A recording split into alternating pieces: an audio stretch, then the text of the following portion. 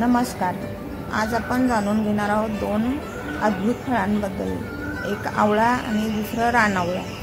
आवळा ज्याला आयुर्वेदामध्ये रसायन असे म्हटले जाते, हा चवीला आंबट, तुरट व आरोग्यदायी गुणांनी भरलेला आहे. हे आहेत आवळ्याचे काही महत्त्वाचे फायदे. शरीरातील प्रतिकारशक्ती वाढवतो, केस, त्वचा, डोळ्यांसाठी अमृतासारखे काम करतो, पचन सुधारतो, लिव्हर साफ करतो, अँटीऑक्सिडंट्स भरपूर असल्यामुळे वृद्धत्व दूर ठेवतो. आवळा नियमित खाल्ल्याने शरीर निरोगी राहते. रानआवळा थोडा लहान असतो पण गुणधर्माने अधिक ताकदवान आहे. हा मुख्यत्वे डोंगराळ व जंगली परिसरात आढळतो. या आवळ्यामध्ये जास्त व्हिटॅमिन सी असते. सांधेदुखी, सर्दी, त्वचासाठी हा उपयोगी पडतो. नैसर्गिकरित्या शरीरातील विषारी द्रव्ये बाहेर टाकण्याचे काम हा आवळा करतो.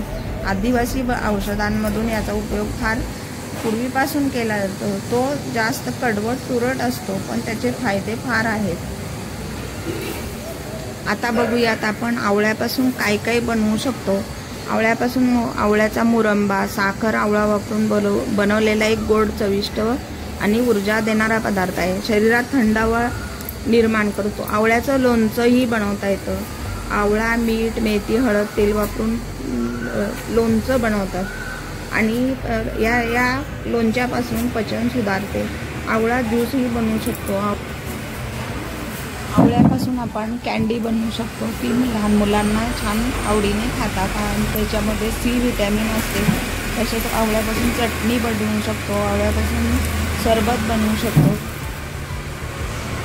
आवळा बारीक करून परोठ्यातही घालू शकतो. आवळ्याची चटणी बनवू शकतो. आवळ्यापासून केलेलं सरबत लहान मुलांना जास्त शक्तिवर्धक होऊ शकतं.